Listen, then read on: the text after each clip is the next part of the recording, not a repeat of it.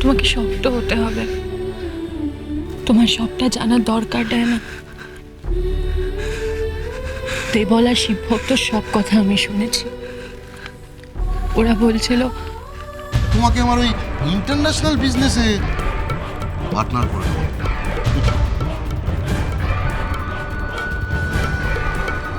শুধু আমি যা বলবো সেই মতন চলবে। এই বিয়ে ফিয়ে করার কোনো ইচ্ছেই আমার নেই।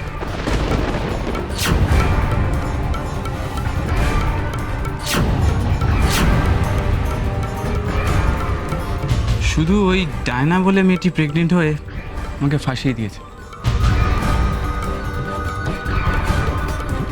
ওকে কি করে তোমার পথ থেকে সরিয়ে দিতে হয় আমি দেখছি।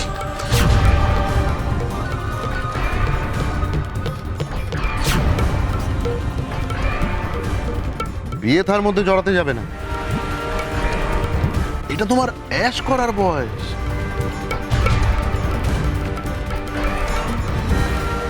ফুর্তি করব, বিয়ে করতে যাবে কেন? আর বিয়েই যদি করতে হয় তাহলে বেছে বেছে কোনো বড়লোকের মেয়ে ফাঁসাবে। তার সম্পত্তিও তোমার, মেয়েও তোমার, যাকে বলে রাজত্ব প্লাস রাজকন্যা।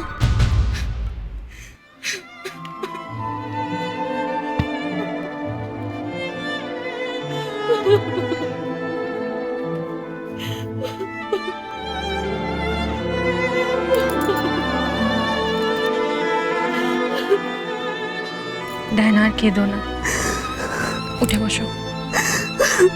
ওঠো, আস্তে আস্তে ওঠো ডায়না, আস্তে সাবধানে।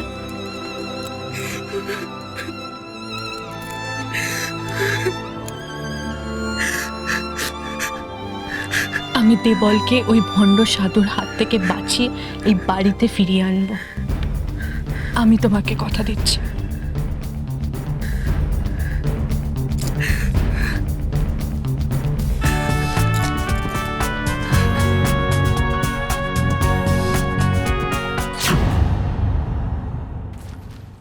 এই কেকা সঙ্গে বাড়িতে ছিল কেন? আমার বোন আমার সাথে দেখা করতে আসতে পারে না? হ্যাঁ, এমনি এমনি দেখা করলেই ভালো। তোমরা যদি কোনো আবার ঘোট পাকিয়েছে না তাহলে দেখে নিও। ও, তুমি তো খালি আমার বোন আর আমার মা বাবা আর আমাকে ঘোট পাকাতেই দেখো না? কি করব বলো, এই ক বছর তো এর থেকে বেশি কিছু আর দেখলাম না। এই শোনো, বাজে কথা বলবে না। আমি আর কেকা ডাক্তার দেখাতে গেছিলাম। ডাক্তারখানায়? আমি তো ডাক্তারখানায় গেছিলাম, ওখানে ওষুধগুলো নিয়ে এলাম, কই তোমাদের তো দেখলাম না।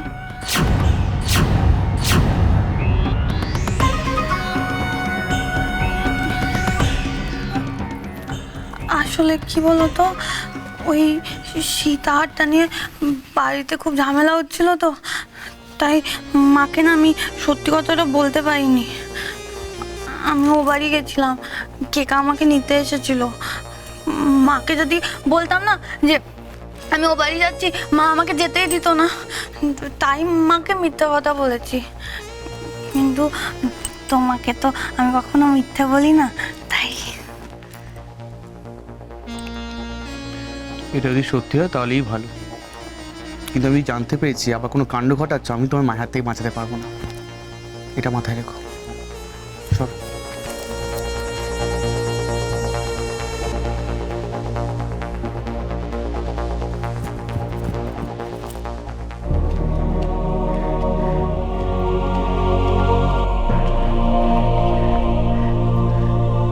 কি গো, কি দেখছো? ঠিক আমাদের মেয়েটার মতো লাগলো, তাই না?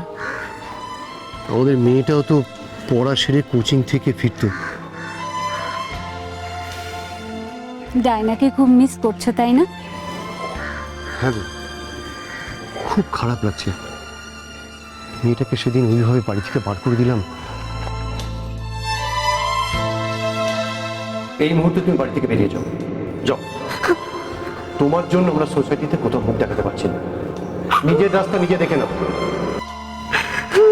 আমি আজ থেকে ভাববো আমার কোনো মেয়ে নেই, out out get out I said বেরো।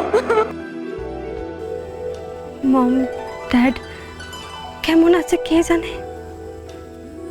সেদিন বাড়ি থেকে চলে আসার পর তো একটাবারও খোঁজও নিল না আমার। আমি তোর খোঁজ নিয়েছি, তাহলে কি করে বললাম যে ও দেবলদের বাড়িতে আছে? আমি সেই খোঁজের কথা বলছি না, তুমি ওকে একটা ফোন করো, ফোন করে সরাসরি কথা বলো, তোমার ভালো লাগবে। আমার সাথে কথা না বলে মম ড্যাড কি করে থাকতে পারে? তুই বল আমায়, কোনো মা বাবা কি পারে তার সন্তানকে দূরে সরিয়ে রাখতে? আমি পারবো তোকে ছাড়া বাঁচতে? তুমি ওর সাথে একটা কথা বলো, একটা ফোন করো। ড্যাডকে একটা ফোন করব, ওরা না করুক, আমি অন্তত।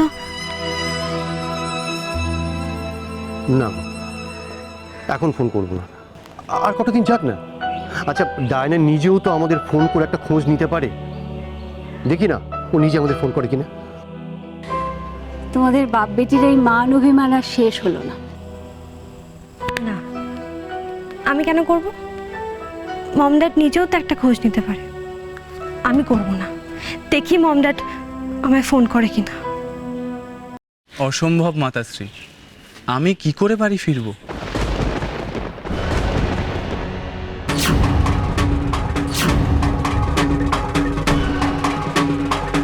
আমি তো আপনাদের জানিয়েই দিয়েছি যে আমার পক্ষে বাড়ি ফেরা, বিবাহ করা এসব সম্ভব নয়।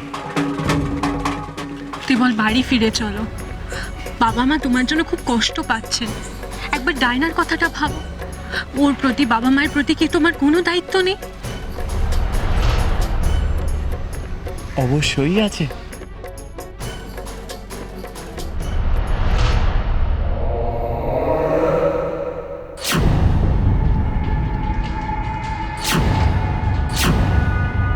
শুধু ডায়না কেন, সারা পৃথিবীর মানুষের প্রতি আমার দায়িত্ব আছে।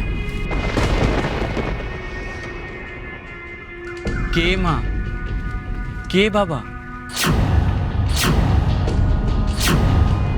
আমার কি আর একজন পিতামাতা? এই দুনিয়ায় সবাই আমার পিতামাতা। ভাই বোন, আত্মীয়, আমাকে তো সবার কথা ভাবতে হবে। শশী, তুমি এখানেও পৌঁছে গেছো?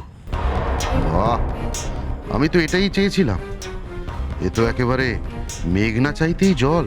খুব ভালো, খুব ভালো শশী, তোমার সঙ্গেই তো আমার আসল লড়াই। তুই বল বাড়ি ফিরে চলো প্লিজ। ও আচ্ছা, তার মানে দেবলকে ফেরাতে এসেছো। এখনো তো তুমি জানোই না শশী, দেবল এখন আমার হাতের পুতুল হয়ে গেছে। আমি যা বলবো ও তাই করবে। ওকে আমি তোমার বিরুদ্ধে কাজে লাগাবো। দেখো দেখো এবার তুমি তোমার পরিবারটা কি করে আমি তছনছ করে দিই। তুমি এতটা নিষ্ঠুর কি করে হতে পারো? বাবা মা, ডায়না, আমাদের কাউকে তুমি দেখতে পাচ্ছ না? তোমার নিজের জেদটাই তোমার কাছে শেষ কথা? আমার সঙ্গে বাড়ি ফিরে চলো। সেই উপায় আমার তো আর নেই মাতাশ্রী, আমি আর কখনোই বাড়ি ফিরতে পারবো না। দেবল ফিরবে, বাড়িতে তো তোমাকে ফিরতেই হবে। তুমি যা চাও শশী তাই হবে। দেবল তোমার লক্ষ্য নয়।